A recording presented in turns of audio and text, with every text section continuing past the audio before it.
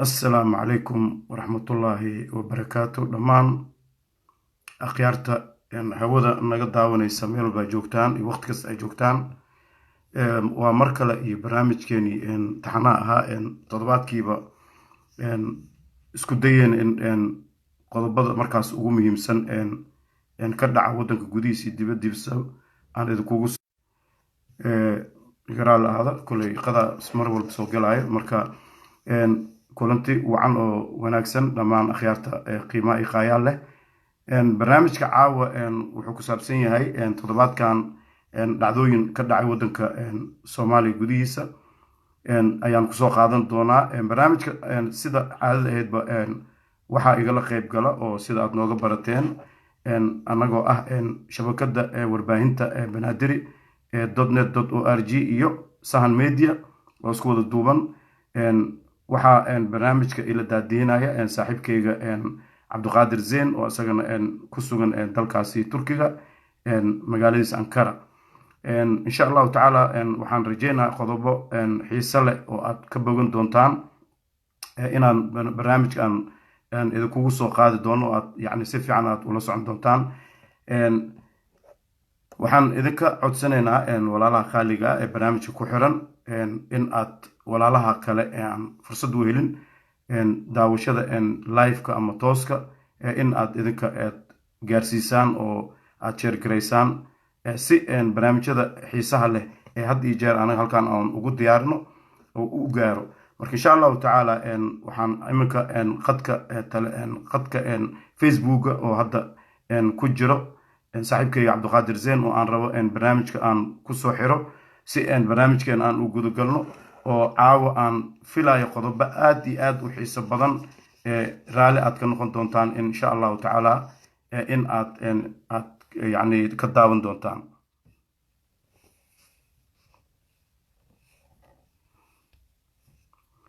saaxiibkayga Cabduqaadir Zeen ma hayo ilaa hadda صاحب عبد القادر زين ان هدي خدك ku jirtid oo online aad tahay soo dalbo kaamirada si barnaamijka walaalaha qaaliga ah barnaamijka naga sugaya insha Allah taala ay fursad u heli doonaan runtii aan rabno inaan ka xaqabtirno anaga waqtiga aan ku xisaabtamayno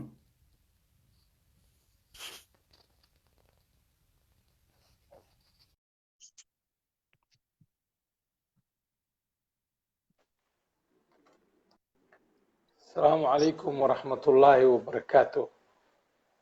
وعليكم السلام ورحمة الله وبركاته. صاحب عبد القادر زين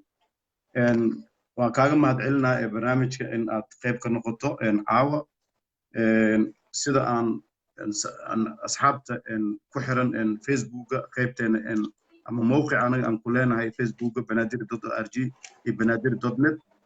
runtii waxaan laga sugaa barnaamij aad u xiiso badan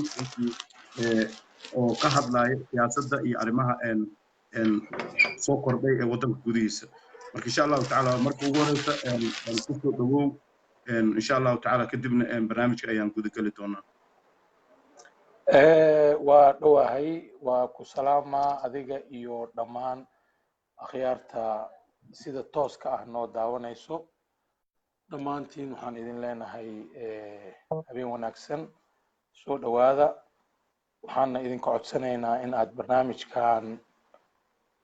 share gareysaan oo aad la wadaagtaan dhammaan asxaabtiina iyo gruubyada aad xubnaha ka tihiin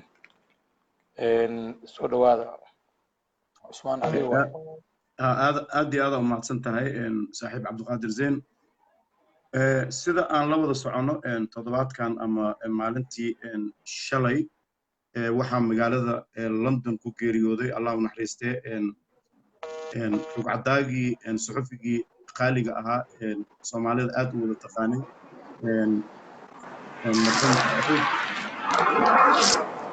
Saciid Bakar Mukhtaar oo runtii lagu yaqaanay aan baxay idaacadda BBC-da الإله نحرسته أصلا سمر إيمان إلهي نقول في أمان أيضا قرابتي وحبوبي أصلا إلهي وحان كبرينا سبحانه وتعالى إنه تنزل في كبرابيو bal adiga bal laba iyo hal maxaa ka dhigi lahayd tacsiida walaalkeen Saciid Bakar Mukhtaar marxuumka aad iyo aadaad u mahadsan tahay saaxiibkayga cusmaan sheekh cali ilaahay ha u naxariisto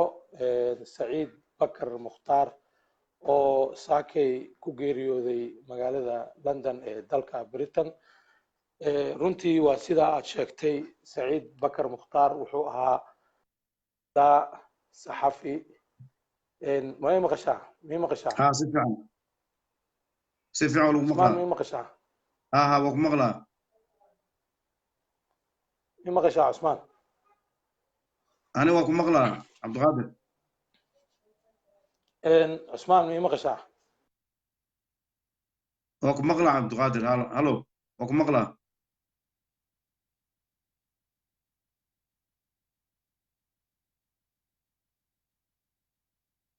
mii maqlay adiga runtii waa ka xumahay cilad xagga farsamada mar walba nusoo gasho marka insha allahu tacaala barnaamijka waa sii wadi doonaa haddii alla yidhaahdo bal caddaa saxafi oo adkii wararka usoo tabin jiray mila socotaa hadda si fiican mii maqlaysaa cusmaan mii maqlaysaa waa ku maqlaa waa ku maqlaa wad waa ku maqlaa adi mii maqlay ها سعيد ها سيفي أنا أقول مقلع سعيد بكر مختار وحوا codkaa uga برسماتكي حد ميل سعوتا حد ميل سعوتا سيفي عمي مقشاه hadda waa ku maqlaa سعيد بكر مختار الله نحرسته وحوا صحفي رقعدا برسماتكي ورركا وصوت من جري idaacadda BBC-da qaybteedii af Soomaaliga wuxuu kaloo ahaa cilmi baare dhinaca taariikhda marka Saciid Bakar Allah u naxariisto Rabbi subhanahu wa ta'ala qabrigiisa u waasiciyo Rabbi subhanahu wa ta'ala jannatul firdaws al-a'la hageeyo Saciid Bakar maalinta berito oo axad ah ayaa lagu aasi doonaa xabaalaha magaalada London insha allahu tacaala marka waxaan leenahay allah u naxariisto marka adaan kuu soo celinaa insha allah aad iyo aad mahadsan tahay dhammaanteen tacsi ayaan u diraynaa dhammaanteen halkan tacsi ayaan ugu diraynaa dhammaan eheladii iyo qaraabadii iyo ehelkii iyo dadkii uu ka geeriyooday carruurtii xaaskii iyo ehelka dhammaantood ilaahay subxaanahu wa tacaala waxaan ugu baryaynaa inuu jannatu firdaws ka waraabiyo samir iyo imaan ilaahay ka wada siiyo dhammaan ehelka runtii sida aan hore asxaabta aan ugu sheegay barnaamijkan waa barnaamij aad u qiimo badan oo runtii caawa aan ugu talagalnay siyaasadda Soomaali maanta xilligan heerka ay marayso gaar ahaan maalmihii ugu dambeeyay ama toddobaadkan gudihiisa wixii kusoo kordhay marka anigoo ka faa'iideysanaya walaalaha hata live-ka ku jira aan rabo inaan usii hordhaco barnaamijkan wuxuu ka kooban yahay 3 qodob ayaan rabnaa inaan kusoo qaadano 3daas qodob oo kale ah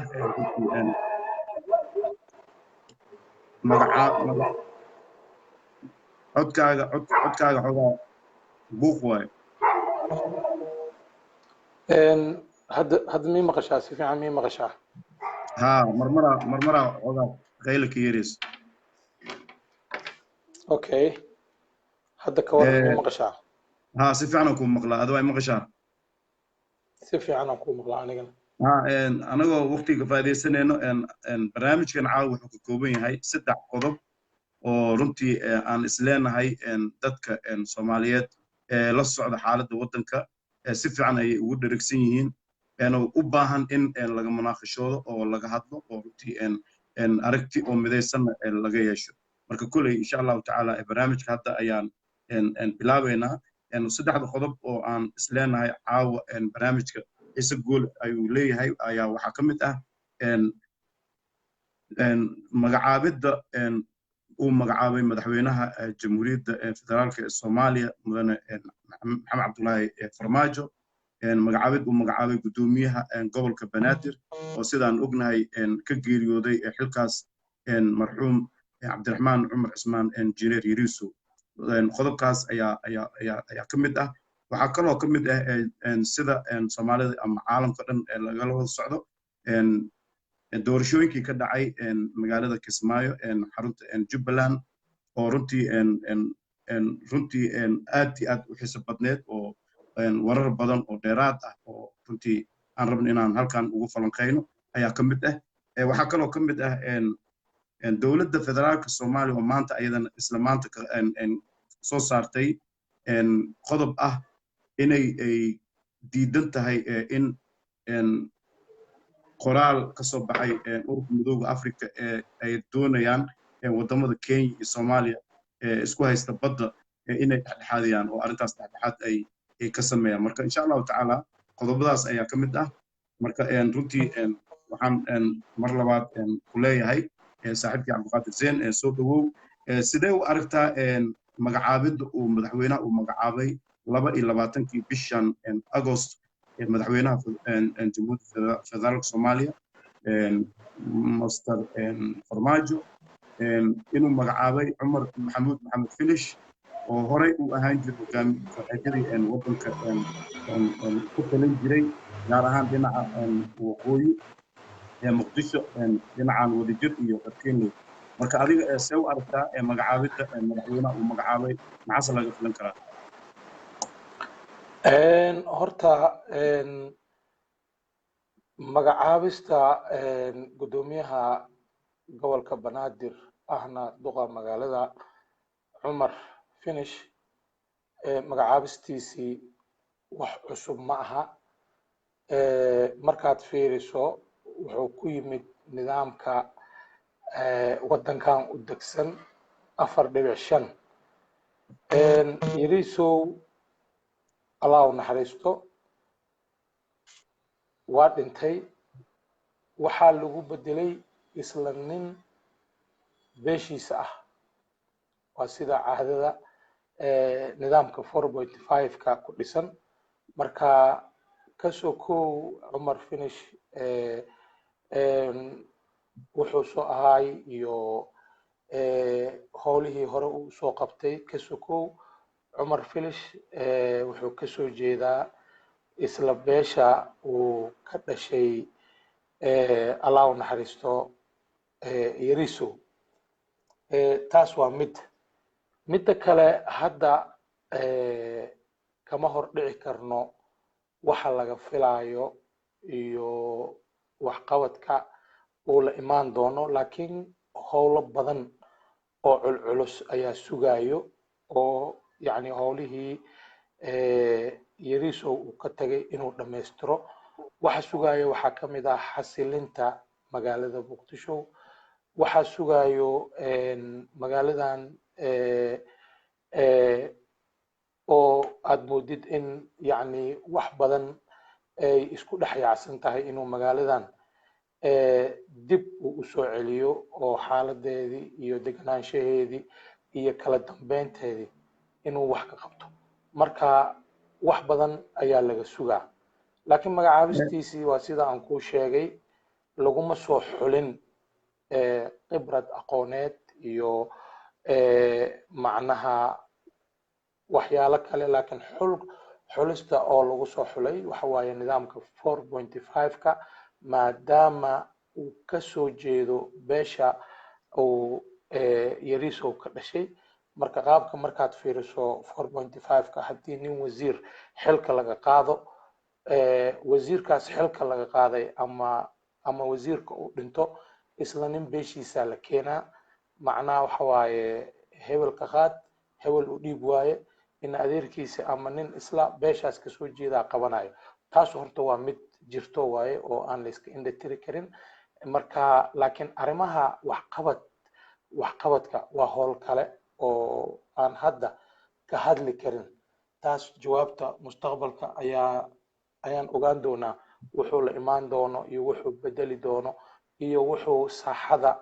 kusoo kordhin doono aniga taas ayaan ka oran lahay su-aasha ay weydiisay runtii isla mawduucan anagoo ku jirna waxaa jira gobolka banaadir marka loo fiiriyo gobolada kale runtii waa meeshii dowladda ay deganeed oo dowladda ay ku shaqaynaysay baarlamaanka labadiisa gole ku shaqaynayo hay-adihii dowladda dhan ay wada deganaayeen waana magaalo aad u weyn oo runtii sanadihii ugu dambeeyey ay sii fidayso oo ilaa iyo dhinacan jaziira ilaa iyo afgooyo ilaa iyo balcad dhinacaas intaasoo dhan ay u malaysa magaalada inay dhinacaas ay usii fidayso oo dadka hadda tirada ku nool magaalada muqdisho lagu qiyaaso ilaa iyo 2 milyan iyo bar ilaa iyo 3 milyan dad u dhexaysa marka qofka markaas gudoomiye loogu magacaabo yani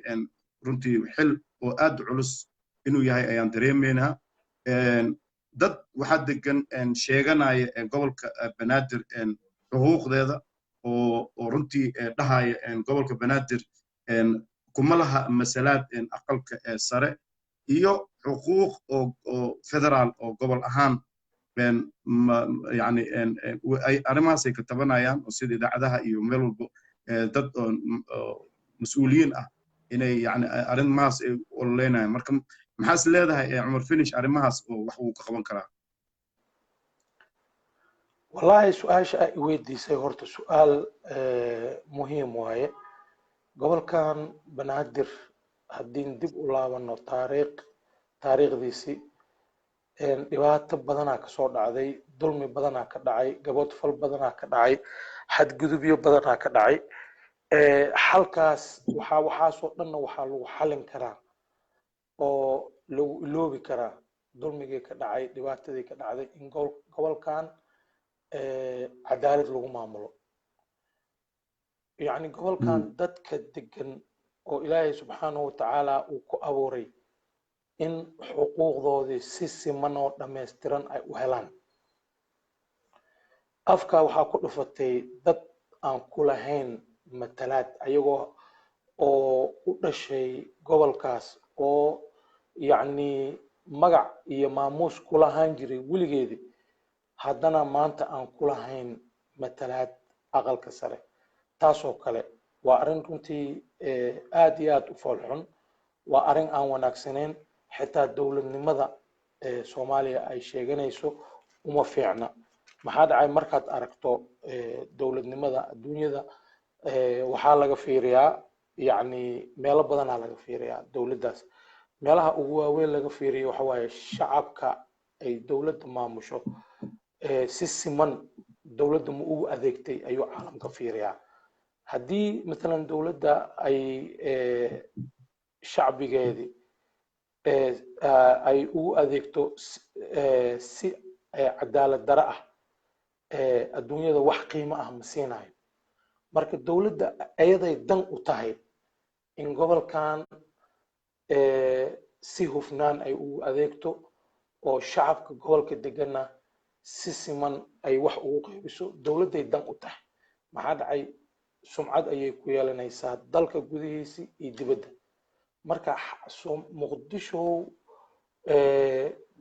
gudoomiyahan cusub la magacaabay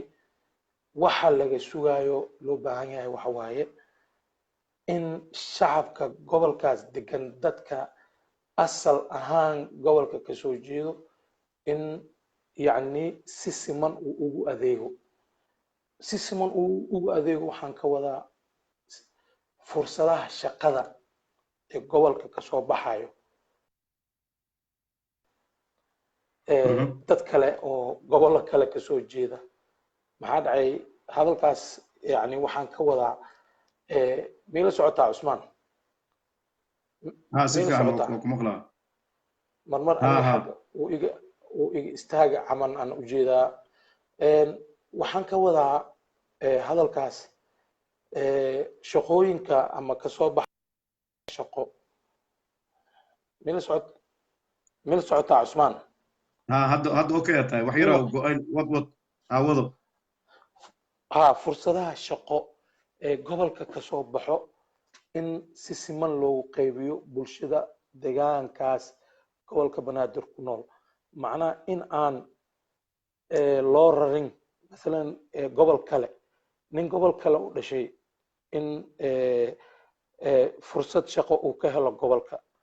nin oo gobolka u dhashayna shaqo la-aan ku dhacdo cadaalad maaha. maxaa dhacay waddankan waxaa la yidhi waa federaal. federaalkii hadduu yahayna waxa waaye degaan kasto dadka u dhashay waa in ay fursadaha shaqo helaan. gobolkan shaqooyinka ka soo baxa waxaa laga rabaa maamulka gobolka in uu si siman uu qaybiyo dadka deegaanka u dhashay, xuquuqdoodii ilaaliyo, baahidoodii mar walbo uu la socdo, dadka deegaanka u dhashay uu dhegeysto. macnaha 4.5ka hadda ilaa ay hadda socdo waa dulmi. asoo dulmi ah ayaa haddana dadka deegaanka asal ahaan uga soo jeeda waa ku dulman yihiin 4.5. for example hadda haddaa fiiriso taas dib ayaan u dhiganaynaa adigoo raalli ah. waxaan rabnaa arrinta gobolka banaadir anagoo weli aan ku guda jirno sida dastuurka federaalka qabi qoraalka hadda uu diyaarsan uu qorayo. dadka qaarkood waxay leeyihiin dowladda ama madaxweyne walba oo yimaado waxay leeyihiin xuquuqda gobolka banaadir waa la duudsiyaa oo xuquuqda gobolka banaadir lama siiyo. sida dastuurku ku cadna dastuurku wuxuu ku cad yahay in maqaamka ay yeelanayso gobolka banaadir in ay ka doodi doonaan aqalka baarlamaanka ee federaalka ee Soomaaliya. marka ma is leedahay dowladdan hadda jirta oo madaxweyne Farmaajo iyo Ra'iisul Wasaare Khayre inay arrintaas ay yani ihtimaam gooni ay siin doonaan maadaama lagu fashilmay oo madaxweynayaashii hore ee joogay ku fashilmeen inay baarlamaanka qodobkaas ay horgeeyaan oo baarlamaanka uu ka doodo oo arrinta gobolka banaadirna meel la saaro. mise ma is leedahay dowladda hadda jirta arrintaas way ku guuleysanaysaa oo baarlamaanka ayay geyn doontaa walow oo waqtigan uu aad u yar yahay oo dowladda laftirkeeda waxoogaa waqtigeeda iyo howlaha u yaalo aysan isku mid ahayn oo howlaha u yaalo uu badan yahay waqtigan uu yar yahay. marka adiga maxaa is leedahay dowladda federaalka ee hadda jirta inay ku guuleysan karto in maqaamka gobolka banaadir ee meel la saari doono walow dad mas'uuliyiin ah oo gobolka u dhashay isla haysiinaya oo dhahaya annaga ayaa xoog maamulku dhisanayn oo xoogan waxaynu ku samaysanaynaa dhahayo. marka taas sida u aragtaa in arrintaas in xoog oo lagu dhiso oo yani dadka gobolka degan oo sheeganaya inay ayaga maamulkaas ayaga dhistaan ama in dowladda looga dambeeyo oo baarlamaanka la horgeeyo oo maqaamka gobolka banaadir ama magaalada muqdisho ay yeelan doonto dowladda laga horsugo. marka adigan kuusoo wareejiyay su-aashaas ka jawaab. aniga waxaan runtii qabaa gobolka banaadir ama gobolada kaleba sida ay gobolada kale dadyow u sheegtaan oo dhahaan goboladan annagaa u dhalanay, annagaa weligeena deganeen. sidoo kale gobolka banaadirna waxaa jiro dad gobolkaas u dhashay oo asal ahaan gobolkaas ka soo jeeda. marka midda aad ka hadlaysid aniga waxaan qabaa maqaamka dowladda maadaama waddankan dowlad ay ka jirto, maqaamka iyo wixii muqdisho ku saabsan in dowladda looga dambeeyo. aniga shakhsiyan maxaa dhacay koox ama urur ama qabiil intay ismagacaabaan ayaga ay dhahaan maamulan sameynaynaa, yacni aniga aragtideedii mid sax ah ma aha. waxaa fiican laakiin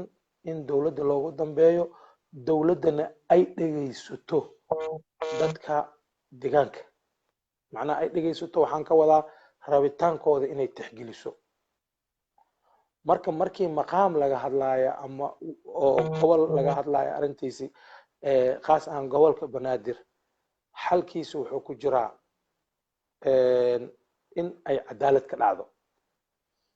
oo aan yacni koox ama qabiil ay ku tumanin qabiil kale xaqoodii.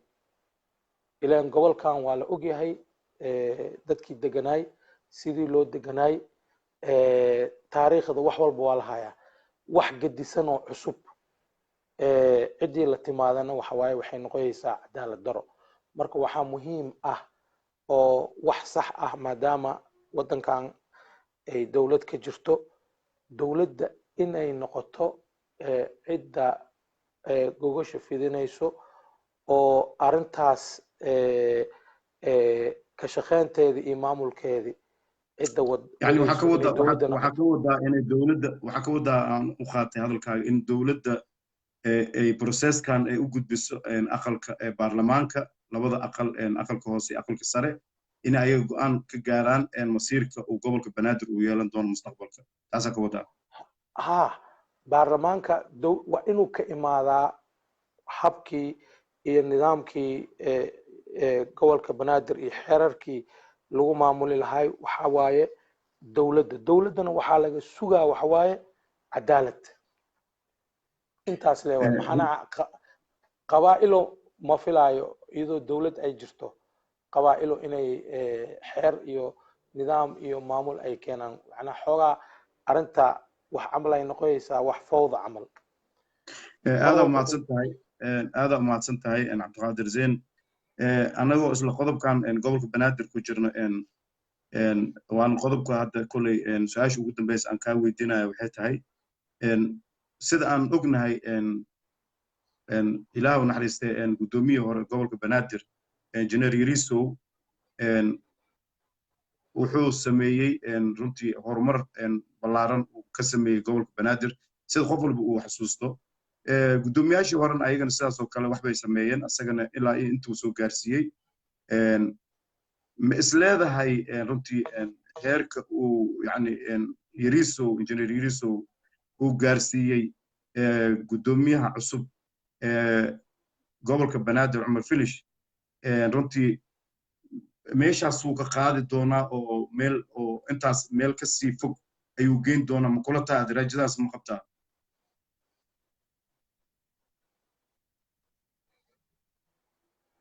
may maqlay horta mar walba waxaa wanaag ha si fiican aan kuu maqlaa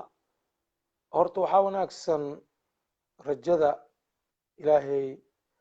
aan ka qabno inaan mar walba wanaajino waxa mustaqbalka imaan doonana annaga hadda ma sheegi karno ilaahay aa og qofkaan siduu noqon doono iyo waxqabadka uu la imaan doono laakiin waxaan isleeyahay oo ilaahay aan ka baryaynaa inuu howsha engineer yariso uu ka tegay inuu dhammaystiri doono meeshii ku habboonaydna uu gaarsiin doono uu la imaan doono maamul wanaagsan uu la imaan doono cadaalad sinaan bulsho soomaalina dhibaatada hadda gobolka ka jiro wax ka bedeli doonaan rajaynaynaa taasaan aniga su-aashii i weydiisay aan ka dhihi lahay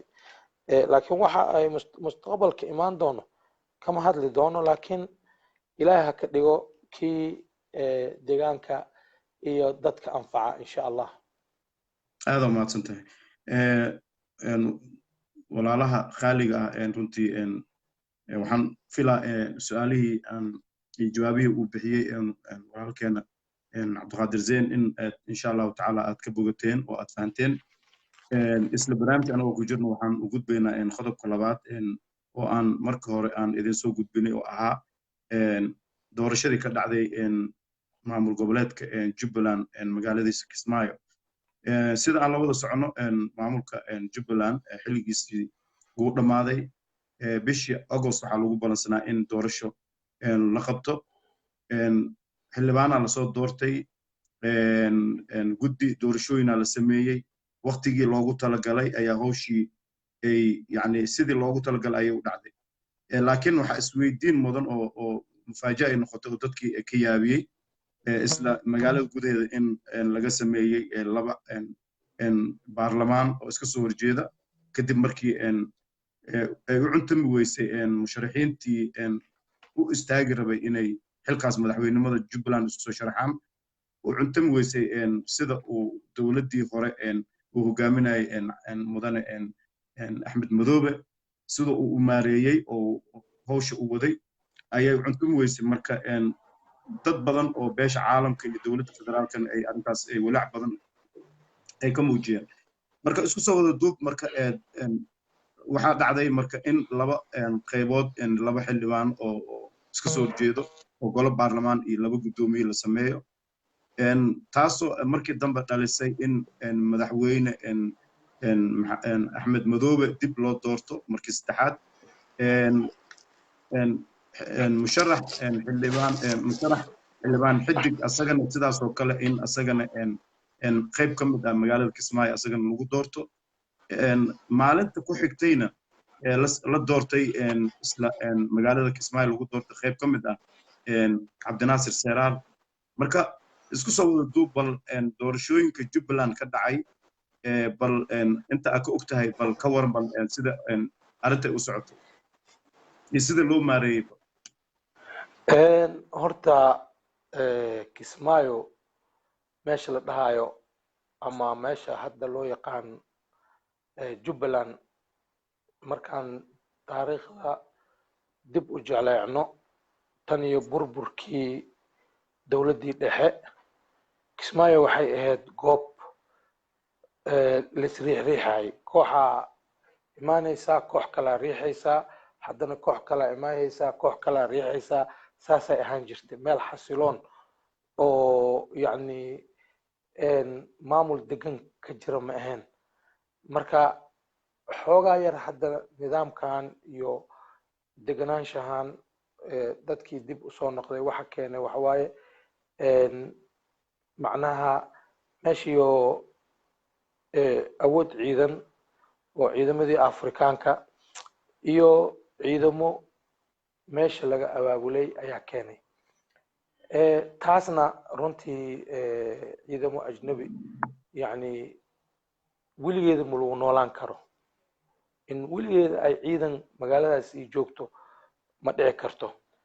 markaa fiiriso jawiga hadda xaaladda say tahay xoogaa waxaad isleedahay dadkii gobolkaas joogay oo doorashadii iyo wixii mar walba waxay u muuqdeen sidii dad ka go'an oo banaanka ka joogo dowladda dalka maamulaysa waad aragteen aad umaleyn hadallada xataa saxaafada lagu qoraayay dowladda marar badan ayay isku dayeysay in arrintaas ay ayada mataqaanaa ka odayayso oo gogosha mar walba ayada fidiso laakiin waa laga biyadiidayay dowladda iyadoo haddana meesha tuhun uu jiray in faragelin dowlado shisheeye ay jiraan tuhun noocaasna waa jiray marka warkii isku soo duub arrintan marka Kismaayo ilaa ay hadda murunka socdo waxa waaye kooxahan badan meesha ka dhasheen waxa daawo u ahay waxa waaye in meesha dowladda dhexe ay ka samayso marka hore dib u heshiisiin wax la yiraahdo reconciliation dhammaan dadka beelaha meesha dego in gogol loo fidiyo ay wada hadlaan si simanna ay maamulkii iyo wixii u qaybsadaan marka waxaa la leeyahay yani wixii ma dhicin arrinta marka waxay ku dhacday si oo mataqaanaa aan raali ka ahayn dowladda dalkan maamulayso uu hogaamiyo madaxweyne maxamed cabdullaahi farmaajo iyo international community marka doorashada hadda meesha dhacday oo la leeyahay madaxweyne hebelaa ku guuleystay dhinaca kalena doorasho kalaa kasii dhacday maalin kale haddana doorasho saddexaadaa ka dhacday ilaa waxaa la leeyahay tii afraadaa la maraa marka intaasoo dhanba haddii xitaa awood la muquuniyo oo la dhaho magaalada awoodaa lagu maamulaa dhibaatada meesha ka dhalanayso waxa waaye maamulka meesha qaban doono ma yahay mid isku filan dhan walbo jawaabtu waa maya marka mar walbo meesha waxaa loo baahanaa wax la yiraahdo dowladda dhexe oo waddanka maamusho caalamku aqoonsan yahay iyo international community maxaa dhacay waddankoo dhan waddan isku filan ma aha oo dhaqaalihiisa isaga abuurta mar walba waddanka xataa mushaaharaadka shaqaalaha international community aa laga sugaa marka aniga ma filaayo si kastaba arrinta ay ahaato in waxaan uu shaqaynayo doorashadan dhacday in ay noqonayso mid ay yacni shaqaynayso waxaan ka wadaa hadda xafiisyadii howlihii waxay u baahan tahay dhaqaalihiina adduunyadaa laga sugaa marka waxaa lagu qasbanaanaa in meel dhexe laysla yimaad oo wadahadal uu furmo oo hadda min jadiid wax la bilaabo saasay sida aniga aan la socon adigoo raali ah mila socotaa horta ma fahmaysaa sawirkaaga waa ku maqlaa isla su-aashan insha allahu tacaala qodobkan anagoo ka bixin waxaan ku dhihi lahaa oo aan ku weydiin lahaa axmedoowe sidaan la socono magaaladaas muddo 2013 ayaan u malaynaa in uu magaaladaas uu maamulayay ilaa iyo hadda 2012 meelahaas runtii jubbaland dhibaato badanaa laga soo maray dhismaheedii xataa markii uu axmed madoobe uu magaalada kismaayo uu qabtay oo uu ka xoreeyey ururka al-shabaab uu ka xoreeyey oo magaalada markaas haysteen xataa waxaa dhacday in dagaalo badan oo halkaas uu ka dhaco maalmo badan lagu dagaalamayay oo sidaanoo kale dhowr madaxweyne halkaas looga dhawaaqay marka ninka intaas dowladdaas dhisay oo maxaan ku dhihi lahaa baarlamaan dhisay oo magaaladaas dhisay nabadgelyo kusoo dabaalay oo runtii arrintiisa yacni sanadihii ugu dambeeyey magaalada kismaayo ay noqotay magaalo oo nabadgelyo leh oo runtii aad iyo aad yacni ay kaga muuqatay maamul goboleedyada kale marka in ihtimaam ama arrin khaas si khaas in loola macaamilo oo dowladda ay ula macaamisho beesha caalamka soo kama habbooneen in hadda arrinta hadda meesha sida ay noqotay iyo yacni natiijo xumada hadda meesha ka soo baxday ma habbooneen in asaga la ixtiraamo oo runtii loo madax baneeyo inuu magaalada yacni ama jubbaland oo doorashooyinka ka dhacaysa in asaga yacni faraha loogu qaado sida uu maamulo dowladdan ay ku taageertay beesha caalamka horta waa mahadsan tahay su-aashaadii macnaha waxaan u arkay arrinta laba u kala saar madaxweyne kasto ama maamul kasto hadduu wax qabto ama hadduu wax qabanin waxaa qasab ah in meesha doorasho ay dhacdo soo noqoshadiisii waxay noqonaysaa inuu kusoo noqdo doorasho xor ah oo madax bannaan macnaha waxaad tiri ninkan yani wax buu qabtay magaalada xasilooni uu ka sameeyey waxaas dhan hadday run yihiin oy jiraan oo sida ay sheegaysa sax ay tahay macnaheeda maaha ninkan wax buu qabtay weligiisi asaas saarnaana iska maamulayo waddanka maaha waddanka madaxweyneyaal badanaa soo mareen adduunka markaa fiiriso waxaana qiimo leh oo sharaf leh ninka markaas soo halgamay wax qabtay halgankiisi waxaa qiimo u yeelayo sharaf u yeelayo inuu loolan galo weliba loolan madax bannaan oo ay maamulayaan guddi madax bannaan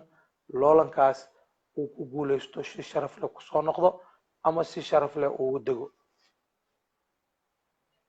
taas waxa waaye xeer oo adduunyada oo ku shaqayso qof la dhahayo ma jiro ninkan wax badan oo waddanka u qabsaday dhaqaalihiiyuu kobciyey amnigiiyuu sugay ha iska sii joogo taas meel ay ka jirta ma leh dowlad kasto madaxweyne kasto wuxuu leeyahay waqti cayiman waqtigaas markii la gaaro wuxuu isku diyaarinaa doorasho xor ah marka hadda muranka iyo tuhunka jiro wax waaye sidii la rabay dowladda waddanka maamusho iyo international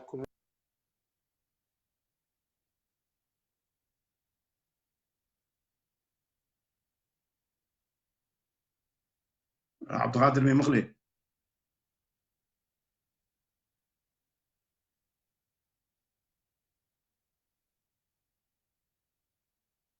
waa ka xumahay khadka dhinaca cabdiqaadir zeyn oo aad u daciif ah runtii insha allahu tacaala cilad farsamo la yiraahdo waxaan filaa mar labaad inuu soo dalban doono insha allahu tacaala barnaamijkeena waa waxaad halkaa kala socotaan kulli waa insha allahu tacaala waxaan rajeynaa walaalaha khaaliga ay hadda live ku jiro ama si toos noo daawanayo inay insha allah barnaamijka ay aad u xiiseynayaan oo runtii ay aad maqsuud ugu yihiin waxaan idinka codsanaynaa in barnaamijka aad share garaysaan oo walaalaha khaaliga ah ee barnaamijka aan qaybta ka ahayn caawa in live ahaan ay u daawadaan bal insha allah inay ayaga mustaqbalka ay insha allahu tacaala ay daawan doonaan marka saaxiibkii cabdiqaadir zeyn ayaan mar labaad aan u baaqayaa runtii oo khadka telefoonka ka baxay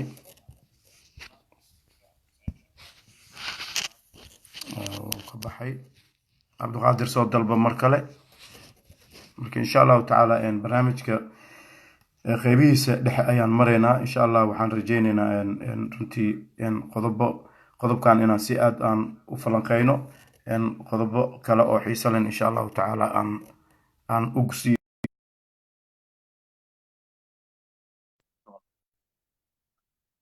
إن شاء الله ولا قالي مرة مر لبعض كسور دو برنامجك قد تلفونك أو حوجا حاجة علت كجري مركا سي وضع فافهمت هذا إيش معناها ننك أو ليدر كأه مدحوينا هذا مالك لا أكتليو وحقبت كيسي يعني كما تقول إنه ولي سيجو معناها waxaa qasab ah waqtigii cayinaha hadii la gaaro inuu ninkaas isku diyaariyo inuu galo loolan marka dhibka meesha ka jiro waxa waaye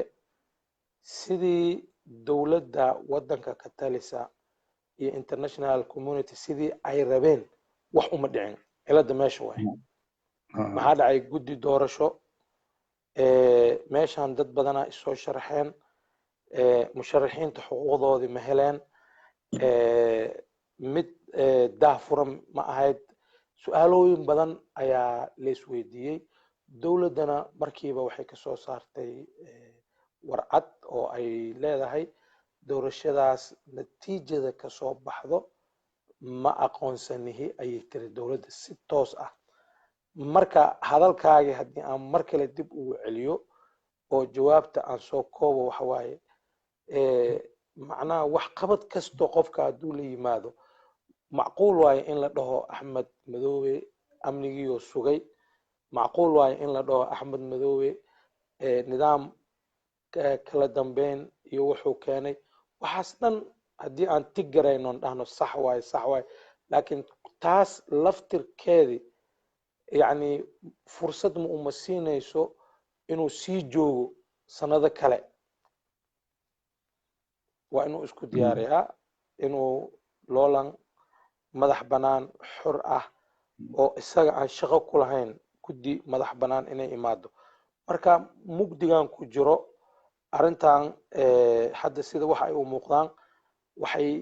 dhalin kartaa isku horimaad qabaa'ilada meesha degan laftirkoodii maalin walba hadda shakhsiya soo baxooyo oo sheeganayo inuu yahay madaxweynaha saxda ah ilaa maantadan hadda wararkana soo gaarayo waxa ay sheegayaan in madaxweynihii afaraad loo dhaariyay maamulka Jubbaland marka waa runtii waxay u eg tahay arinta in sidii hore caadada ahayd in dib loo noqonayo waa arin nasiib daro ah oo aan fiicneen aan rajeynayno arintan in ay dawladda dalkan ka talisa in ay arintan soo farageliso arintana la xaliyo midda kale aan hoosta ka xariiqayo waxa waaye markaa fiiriso arinta Jubba gacan shisheeye kama marno faragelin shisheeye waa caddahay dowladaha dariska markiiba yani waa soo dhaweeyeen waxyaalo badan oo aan qarsooneynaa jiro oo dowladaha dariska waxaa ka mid Kenya, Ethiopia, Djibouti, Eritrea intaas ma soo dhaweeyeen mise waxaa ula jeedaa dowladda Kenya dowladda Kenya wasiirka arrimaha dibadda markiiba wasiiradda arrimaha dibadda markiiba soo dhaweysay marka hadda waxaa fiican marka aniga sida ay la tahay in arinta xalkeedii ay noqoto sida hadda dowladdu ku baaqday in horta meesha ay ka dhacdo reconciliation dib u heshiisiin dadku isku yimaadaan oo arinta la xaliyo kadib markaas doorasho waa imaan kartaa ninkii markaas ku guuleysto axmed madow xaqu u leeyahay inuu isoo sharaxo nin kastoo meesha jooga xaqu u leeyahay inuu isoo sharaxo laakiin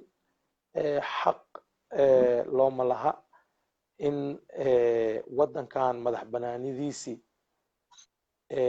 qalqal la geliyo waddankan waddan madax bannaan waaye dowladana ka taliso marka dowlado kale inay faraha lasoo galaan oo ayaga ka arrimiyaan yacni waa arrin qalad ah oo xadgudub ku ah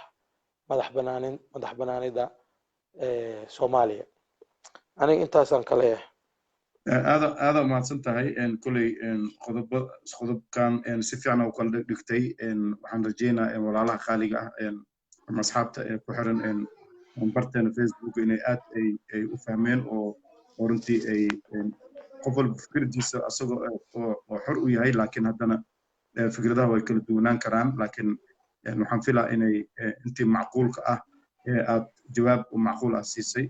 waan kaaga mahadcelinaa sida xaaga leh aad su'aalaha aad ku jawaabtay haddii aan qodobka Jubbaland oo xogaa aan isleeyahay qodob xasaasi ah oo xogaa aan ku dheeraanay marka haddii intaas aan u soo koobno waxaan u gelaynaa qodobka saddexaad oo ahaa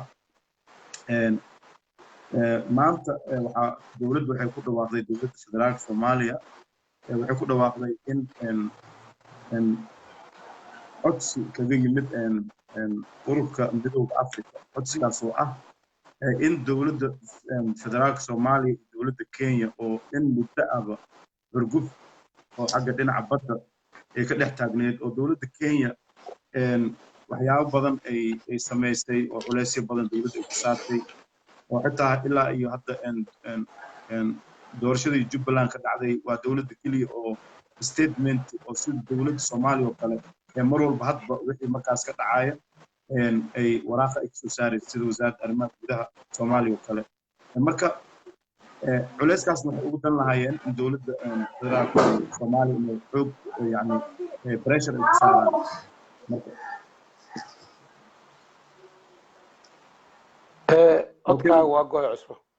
maqla laakiin xogaa buuquu noqday marka waxaan ognahay marka maanta dowladda arrintaas way ka hortimid oo baaqaas ay soo jeediyeen ururka midowga Afrika oo ku baaqay in dowladaha Soomaaliya iyo Kenya in ururka midowga Afrika uu yani uu dhexdhexaadiyo oo gorgortan arrintaas laga galo oo laga hadlo bal arrintaas dowladda mowqifkaas ay qaadatay mowqif oo sax miya mise mowqif oo loo baahnaa in ay ogolaato oo wadahadallada maadaama ururka midowga Afrika ay ka wada tirsan yihiin labada dhinacba inay dhugunuglaato oo yani wixii markaas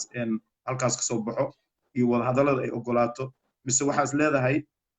dowladdu way ku saxsan tahay inay mowqifkan oo inay diido inay istaagto marka bal arrintaas bal noo sharax aad iyo aada u mahadsan tahay horta arrintan badda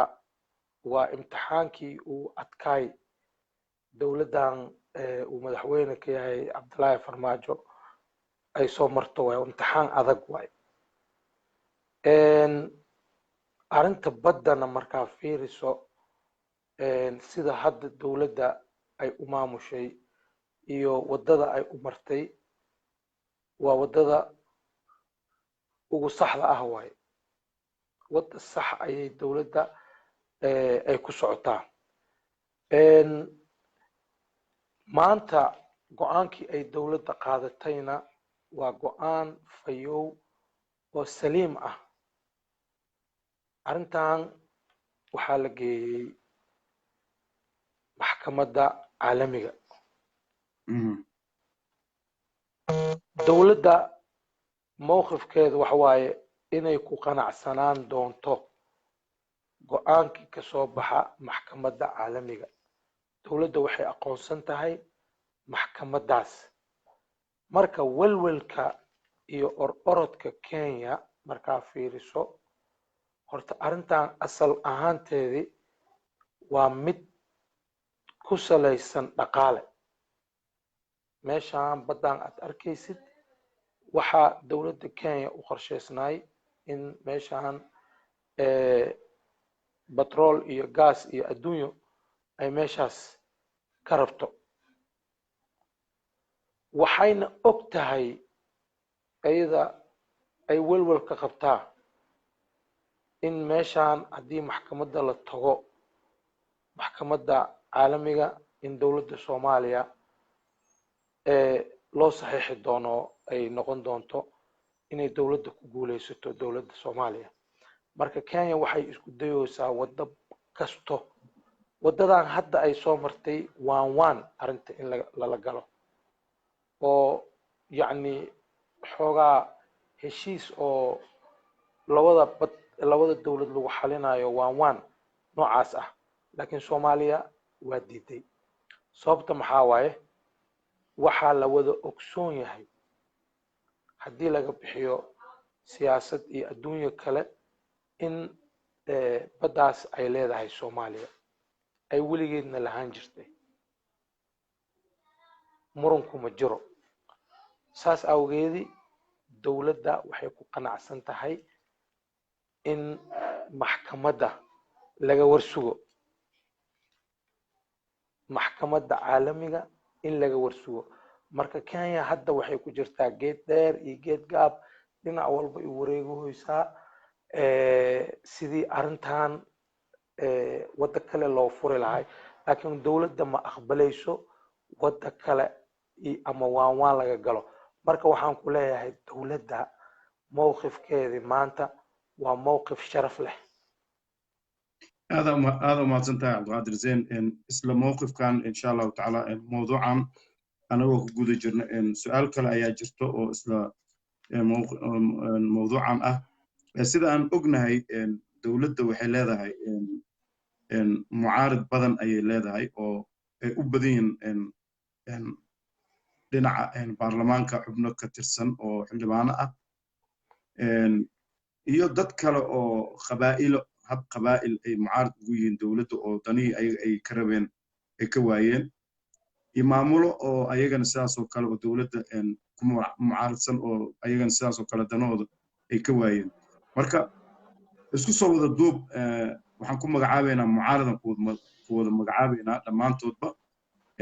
mucaaradka waxaad u malaysaa arrinta dowladda Kenya iyo dowladda Soomaaliya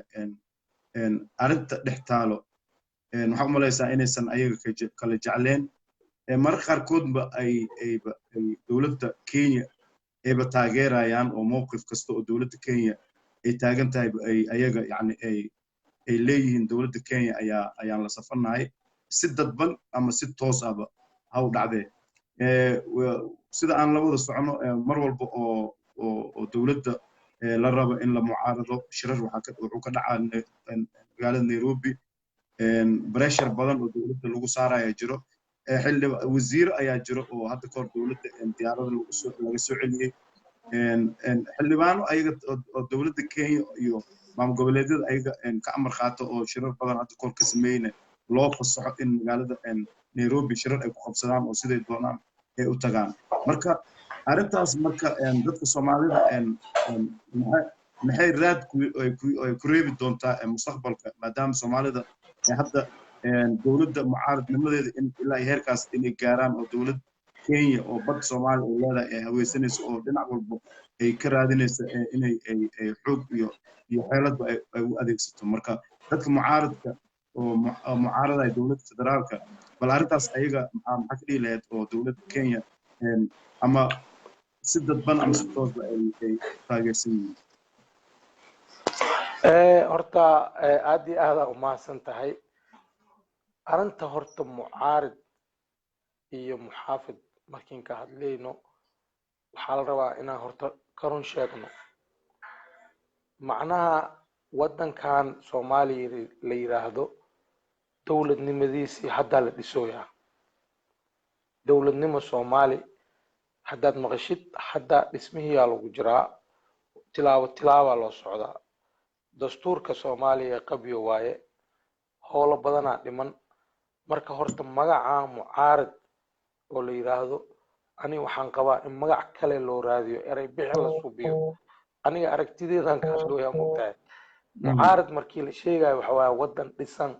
axzaab shaqeeyayso tartanka jiro oo mataqaanaa markaasaan waxaan ka sheekaysan karnaa mucaarid iyo muxaafid hadda mucaarid kooxdan sheegayso waa in magac kale loo raadiyaa erey bixin soomaaliyeed la suubiyaa magac kale laakiin kuwaa mucaarid waaye aniga ma aaminsanihi ereyga mucaaridna wax jiro waaye mala inkiri karo mucaarid haddii maqashid mucaarid sidiisaba qawaaniinta dawliga haddaad maqashid waa qayb ka mid ah qaranka mucaarid waxay mucaarid ku noqdeen ayagaa waxay mucaaridnimadoodii aqoonsan dowladda inaa ila fahamtidaan rabaa mucaarid haddaad maqashid ambareelada dowladday ay ka mid yihiin hadda fiir waddanka britain aan ku wada noolnahay mucaaradka ingiriiska oo joogo waxay hoos jiraan ambareelada dowladda ma aha dad dowladda ka baxsan markaan ku dhahay ambareelada dowladda ay ku jiraan waxwaaye mucaaradka iyo muxaafidka waxay ka wada siman yihiin danta iyo maslaxada guud marka adiga cawada haddii aan ka sheekaysano kuwa oo la baxay mucaaradka danta iyo maslaxada guud ma ka wada siman yihiin ayaga iyo dowladda waa su-aal la isweydiin karo midda kale loo baahan yahay inaan ogaano wax waaye haddii cawada taaka ka mid ah dhulka soomaaliyeed ee la qaato hal taako oo la qaato oo nin mucaaradna taakadaas raalli ku noqdo qofkaas mucaaradka sheegahayo khiyaano qarana sameeyey inaad taas horta aan wada ogaano waaye soomaali inta sheegayso ama xildhibaan ahaaw ama wasiir ahaaw ama nabadoon ahaaw wixii rabtid ahaaw aday ku taalaa macnaa mucaarad iyo muxaafid arrintan badda waa inay ka sinaadaan taaka dhulka soomaali ka mid ah mucaaradan ahay dowladdaas taakadaas u dacwoweyso oo cid kalaan lasoo safahaa waxaa tahay nin sameeyey khiyaano qaran taas horta inaan isla ogaano waay macnaha hadday dhacdaan ka wadaan nin xildhibaan ah ama nin wasiir ah ama nin muwaadin caadi ah oo dhul soomaali ama biyaha soomaaliya oo lagu soo xadgudbay oo koox kale la saftay ama dowladda arrintaas ugu soo horjeestay ninkaas wuxuu noqonaa nin khiyaano qaran sameeyey xataa waxaan hadalkaaga waxaan u fahmay xataa madaxweynaha iyo prime ministerka waddanka ayagaa ugu sareeyay guddoomiyaha baarlamaanka xataa haddii ay ogolaadaan in dhul oo soomaali ama bad soomaali taaka ka mid ah ay leedahay hadday ogolaadaan iyaga laftirkooda inay khiyaano qaran inay sameeyeen waa sidaas warkuu dhigtay marka aniga markaan fiiriyey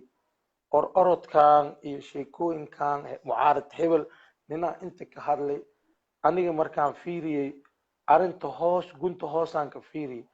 mucaaradkan meediida lagu soo qoraayo dadka meediida warbaahinta soomaaliyeed hadday sax yihiin oo shuruucda waddanka hadda ka jirta ay dib ugu laabtaan waa inay erey bixin cusub suubiyaan maxaa dhacay ereyga mucaarad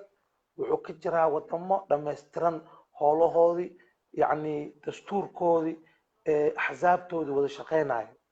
ilaa iyo hadda waddankii waxaa lagu jiraa bulukeetiyaashiyaa la saarsaarooyaa dhismihii ma dhammaystirna qabyo waa waddanka marka see magaca mucaarad u qaadaysaa waa marka hore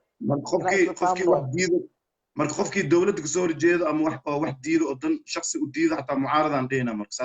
saas soomaali saas isticmaashaa nin oo qaswadaan arkayna qaswada ulujeedadiisa qabiil ah ama nin kursi waaye dowladdaas kursi ka waaye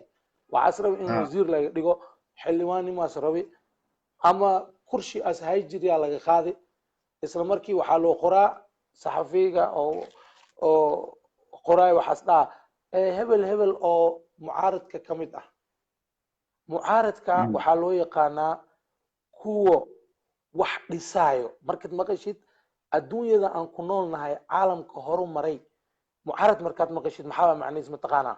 muraayadda ay dowladda iska aragto waay dowladda khalkhalooceedii iyo meesha ay ka liidato dadka soo banaan bixiya waa mucaaradka laftirkoodii ambareelada dowladda ay ka mid yihiin laakiin anaga dib aan u laabano dalkeeni mucaaradka ka jiro say u howlgalaan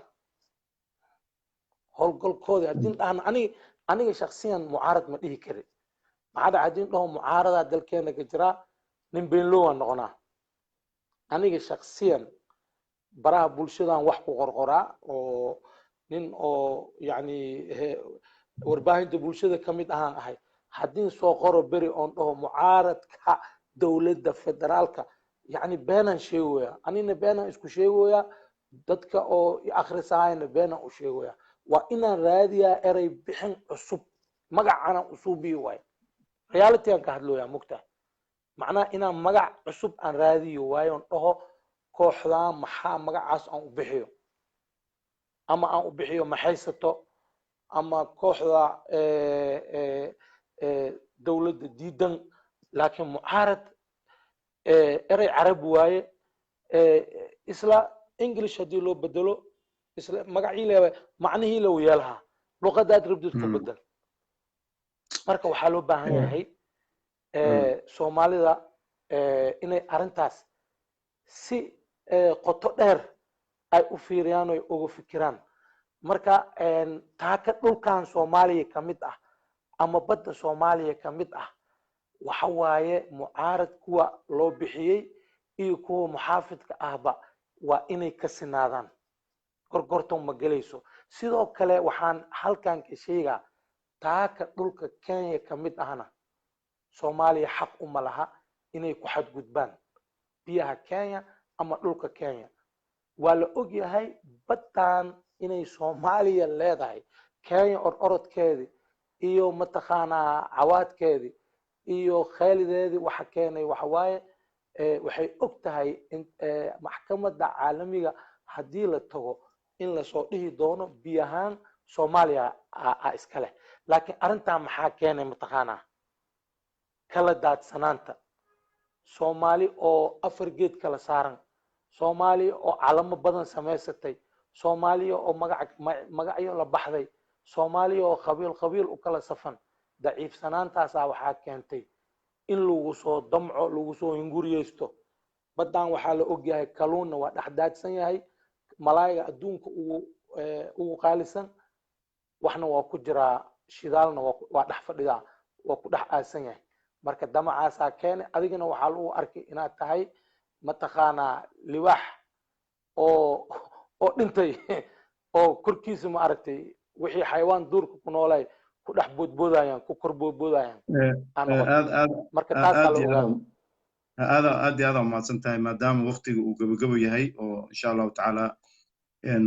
waqtiga aan ugu talagalna barnaamijku hadda uu naga sii dhammaan rabo annagoo soo gabagabeyn doono su-aasha ugu dambeysa oon aan kusoo gabagabeynayno ayaa waxay noqonaysaa su-aal guud saddex qodob ayaan caawa barnaamijku soo qaadanay magacaabadii guddoomiyaha gobolka banaadir iyo doorashooyinkii ka dhacay jubbaland iyo arrinta mowqifka maanta dowladda federaalka ay ka qaadatay wadahadal in la geliyo dowladda soomaaliya iyo kenya oo ku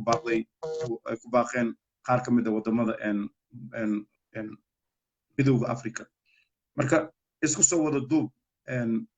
dowladda adigoo soo koobaya oo waqtigana oo aad yani ciriir ugu yahay dowladda federaalka soomaaliya hadda jirta sida ay u maareysay qodobada hadda anaga halkan aan kusoo bandhigna caawa iyo inta oo labada sano iyo dheeraadka hadda ay jirtay nidaamka hadda dowladda ay wax u wado iyo waxa laga sugaayo iyo maxaan ku dhihi lahaa iyo meelaha ay wax ay ka khaldan yihiin koley khaladaad wuu jiraa waxa ay saxday iyo waxa ay qaladay iyo mustaqbalka waxa laga filan karo yani adoo soo koobayo runtii daqiiqad iyo 2 daqiiqo aysan ka badneen muxuu noqon karaa wallahi horta hadaladeedu waxaa laga yaabaa dadka daawadayaasha inay arkaan inaan macnaha dhanka dawladda u ahayd taageere oo yani wax walba dhahayo dawladda waa sax aniga saas ma ihi laakiin aniga waxaan ka hadlooyo waxa waaye danta guud haddii aan dawladda usoo baxona dhankeedii dawladda wax saxna waa leedahay wax qaladna waa leedahay qaladaad badanaa jiro laakiin haddana waa muhiim in lagu hoos noolaado dawlad dawlad la-aan wax socaaya male haddaad fiiriso hadda goboladan ayaga ismagacaabay macnaha waxay qaabkoodii iyo waxa ay u howlgalaan mar walba wax camanay iska dhigayaan dad dawladdaas ka go-on oo goonigooda u taagan marka aniga dawladda waxaan ka aaminsanahay oon ka rumaysanahay wax badanne waa samaysay wax badanne waa qabyo qaladaadna waa jiraan xaqiiqada qaladka ugu weyn oo maanta jiro waxa waaye 4.5 ka ugu horeeyo oo number 1 ah 4.5 kaas asoo jiro haddana lagu dulman yahay 4.5 ka dhexdiisa 4.5 dawladda ma sameynin dawladii hore u jiray ayaa isticmaalayay ayadan hadda dadkaas ay kamid tahay dawladii hore u jiray kamid tahay sax marka dawladdan kaliya ma lagu eedeyn karaa koley howl badanaa u taalo aniga waxaan rajeynaa inaysan noqonin mashruuc lacag lagu aruursahayo dawlad inay noqonin inay noqoto dawlad mu'asasaadkeedii shaqaynayo waxaan ka wadaa dawlad mashruuc dawlad lacag aruursayso oo madaxweynahana lacag aruursahayo dawladda wasiirada markay baxaan jeebkooda buuxsaan haddana kuwa kale saas dawladda waxaan ka sugayn waxa waaye inta yar u harsan in dawladnimada dhismaheedii inay soo gabagabeeyaan oo waddankan la gaarsiiyo 1 man 1 vote oo laga baxo macnaha qabiilkan hadda Soomaaliya ay u kala fadhido oo askariga qabiil yahay wasiirka qabiil yahay madaxweynaha laftirkiisi qabiil yahay oo kulli qabiil loo fadhiyo dibadii qabiil loo kala fadhiyo gudihii safaaradihii kulli hadda fiiriso liis oo la soo geliyay social media safaaradaha waxaa yani qabiil waaye safiir hebel qabiilkaas waaye safiir hebel wadankaas inta qabiil waaye wadanka turkiga qabiilkaas waaye kan marka anaga waxaan rabnaa dawlad mu'asasaadkeedii dhammaystiran yahay oo qaran oo magaca Soomaaliya heybadii iyo sharaftii iyo qarannimadii soo celisa waxa aan rajeynayna waxa waaye su'aashaadii kale ku jiri wax badan oo wanaag ah oo cadaalad ah dawladda hadda waxay u gudbi kartaa dhibaato kasto duruufo kasto soo waajaha in ay cadaalad u samayso ama ugu adeegto shacabkeedii si sinaan bulsho loo helo hadda dawladda fiiri markaa fiiriso meelay tagtaa gobolo yani qabaa'ilo oo gobol kasta waa lis yaqaana qabaa'ilo waaye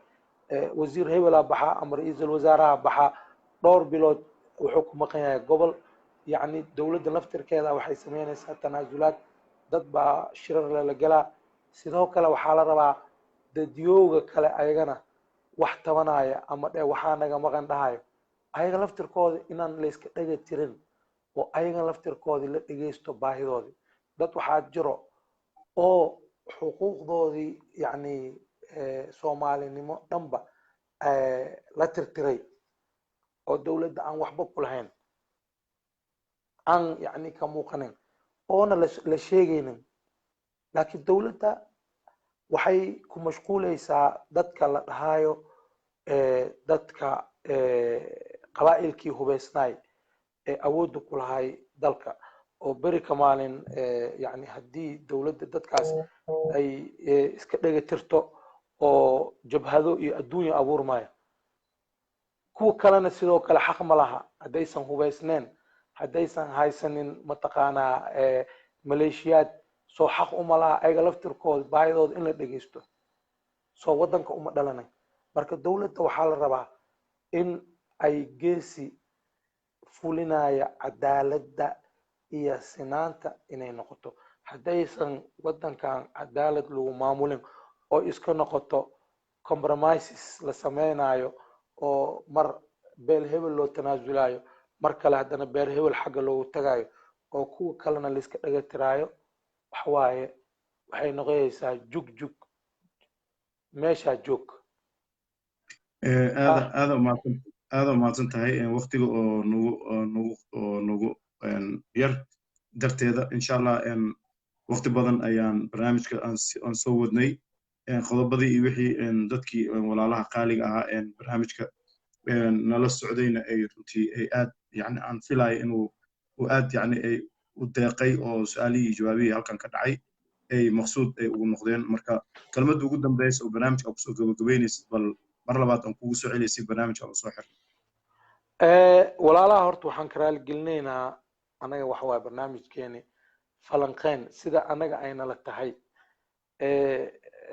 ma aha anaga inaan koox gaar ah ka socono ama koox gaar ah aan u helinayno laakiin dad muwaadiniin soomaaliyeedaan nahay sida aan anaga u aragno ayaan uga hadlaynaa xaaladda soomaali waa taxliil oo mawduuci ah oo aan koox gaar ah ku wajahnayn horta taas horta la ogaado midda kalena aan rabo inaan ka hadlo waxa waaye dad safar ku jiraan nahay saaxiibkayga iyo anigaba isku magaalaan joognaa waxaan kasoo hadlaynaa waddanka turkiga internetka marmarka qaarkoodii waa naga gogo-ayay marka taasna karaali noqda laakiin waxaan idin ballan qaadaynaa insha allah mawaacdiicdeeni insha allah inaad ka daawad doontaan youtube-ka iyo facebookana si toos insha allah wixii dhaliil iyo wixii talo iyo tusaalena waa mar walba waa soo dhaweynaynaa saaxiibkayga cusmaan sheekh cali waa runtii mas-uulka tifaftiraha bahda ama dalada midowga dalada warbaahinta banaadiriga waa gruubyo runtii isku tagay oo isku taagay soomaalinimo anaga mawaadiicdeeni maaha mid ku beesgaraysan qaab qabiil mawaadiicdeeni waxa waaye soomaalinimo xaalad kasta oo markaas jirto waxaan uga hadlaynaa si hufan oo aan dhanna u janjeerin marka wixii caawa aan ka hadalnayna waa jecelnahay in aad commentayaashiini iyo sidaa u aragtaan inaad noo soo qortaan aad baan dhammaan usoo dhaweynaynaa dadka na taageerayo iyo kuwa na mucaaradayaba labadaba waan idin soo dhaweynaynaa waxaana idin leenahay aad iyo aad ayaad umahadsan tihiin daawashadiini insha allah usbuuca dambe fooda inoogu soo haya mawduuc cusub oo markaas aan isleenahay hadalhayntiisa waa badan tahay in aan insha allah soo gudbin doono barnaamijyadana waa ka duwanaan doonaa qaabkan insha allah sida caadada noo ahayd waxaan kasoo geli jirnay shabakad noo gaar ah laakiin maadaama aan safar ku jirno insha allah suurtagal ma aha marka sidaas ula socda insha allah goordhow barnaamijkan youtube-ka ayaad ka daawan doontaan dadkii walaalihii uu gafay inay u daawadaan si toos ah cusmaan adiga le waayo aad iyo aad ayaa umahadsan tahay saaxiibkii cabdiqaadir zeyn sida hufan oo saraaxada leh barnaamijka aad igala soo qayb gashay oo su-aalihii halkan aan kaa weydiiyey aad sida macquulka ah oo galgalka ah aad ugu jawaabtay waadna sida aad sheegtay anaga waxaan ku shaqaynaa qaab soomaalinimo ah waxaana nahay dad isxilqaamay oo runtii mas-uuliyad ka saaran ee waddanka marxaladaha ugu dambeeyay ku sugan inaan walaalaheena soomaaliyeed aan usoo gudbino anagoo aan dhinacna aan u xaglinaynin oo anaga aan nahay dad dhexdhexaad ah oo waddanka soomaaliya dad soomaaliyeed aan nahay oo dhexeeya dhinac walbaba ama mucaarad ha lagu sheego ama dowlad ha lagu sheego ama si kastaba loo dhigo marka insha allahu tacaala barnaamijyada sida uu saaxiibkay cabdiqaadir zeen uu sheegay barnaamijyada waxay noqon doonaan taxana qaab sidaan ka duwan insha allahu tacaala waa kusoo bandhigi doonaa mawaadiic oo runtii dhaqanka iyo bulshada iyo diinta iyo dhinac walbaba khuseeya oo ka hadlaya maha siyaasad oo keliya barnaamijyo oo isku dhafan ayaan insha allahu tacaala hadda kadib barnaamijyada wax baan ka bedeli doonaa qorshahaasna waa socdaa insha allahu tacaala waanu mahadsantihiin walaalaha qaaliga commentiyada nala wadaagay waana jecelnahay sida walaalkayga ama saaxiibkay zeen uu sheegay cabdiqaadir in aad commentiyadiin aad wixii dhaliil ama wixii khaladaad aad ka aragteen aad noo soo qortaan si aan wax ugu bedelno mar walba afkaartiina iyo aragtidiina ayaan anagana aan ku shaqaynaynaa oo barnaamijka caawa waqtiga intaan aan isiina waxay ahayd in aad idinka aadna daawataan oo wixii khaladaadkii oo jira aad insha allahu tacaala idinkan aad halkiina qaybtiina aad ka qaadataan marka insha allahu tacaala jilkii gabagabada barnaamijka waa la joogaa waxaan insha allahu tacaala idinkaga tegaynaa barnaamijkan barnaamijka xiga haddii allah awoodda leh uu ogolaado insha allahu tacaala nabadgelyo naxariis kulanka dambe oo xiise leh aniga iyo saaxiibkayga cabdiqaadir xuseen anagoo isku wada joogan iyo dhammaan bahda warbaahinta banaadiriga ZARP banaadiri dadnet iyo fahan media iyo dhammaan shabakada inta kulmis oo dhan waxaan kaga tegaynaa dhammaan maamulka iyo muslimiinta oo dhan anagoo isku wada joogan waxaan kaga tegaynaa asalaamu calaykum waraxmatullaahi wabarakaatu